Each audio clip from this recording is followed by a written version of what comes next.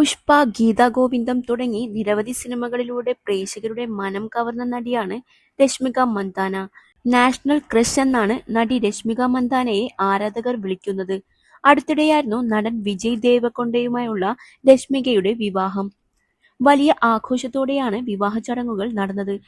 എന്നാൽ ഇപ്പോഴിതാ ഒരു പരസ്യത്തെ ചൊല്ലി രശ്മികയ്ക്ക് നേരെ വിമർശനങ്ങൾ ഉയരുകയാണ്.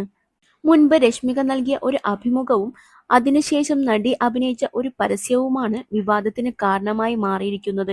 വെജിറ്റേറിയനാണ് താനെന്ന് മുൻപ് പറഞ്ഞ നടി ഇപ്പോൾ ഒരു ഫ്രൈഡ് ചിക്കന്റെ പരസ്യത്തിൽ അഭിനയിച്ചതാണ് വിമർശനം ലഭിക്കാനുള്ള കാരണം. ഞാനിപ്പോൾ ഒരു വെജിറ്റേറിയനായി മാറി. ദിവസവും വർക്കൗട്ട് ചെയ്യുന്നുണ്ട്.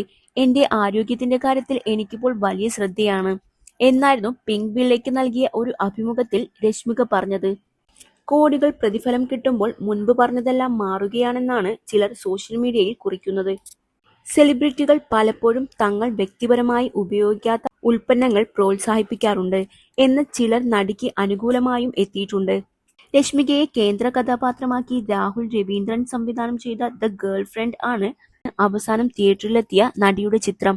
ചിത്രത്തിലെ പ്രകടനത്തിന് രശ്മികയ്ക്ക് മികച്ച നടിക്കുള്ള തെലങ്കാന സ്റ്റേറ്റ് അവാർഡും ലഭിച്ചിരുന്നു. ചീലാസൗ, മന്മഥുഡു 2 എന്ന സിനിമകൾക്ക് ശേഷം രാഹുൽ രവീന്ദ്രൻ സംവിധാനം ചെയ്ത സിനിമയാണ് the girl friend. Allu Aravind അവതരിപ്പിക്കുന്ന ചിത്രം വിദ്യ കോപ്പിനീഡിയും ധീരജ് മൊഗിലൈനേനിയും ചേർന്നാണ് നിർമ്മിച്ചിരിക്കുന്നത്. ദീക്ഷിത് ഷെട്ടി, റാവു രമേശ്, രോഹിണി തുടങ്ങിയവരാണ് സിനിമയിലെ മറ്റു പ്രധാന അഭിനേതാക്കൾ. കൃഷ്ണൻ വസന്ത് ഛായാഗ്രഹണം നിർവഹിക്കുന്ന ചിത്രത്തിന്റെ സംഗീതം ഹിഷാം അബ്ദുൽ വഹാബാണ് നിർവഹിക്കുന്നത്.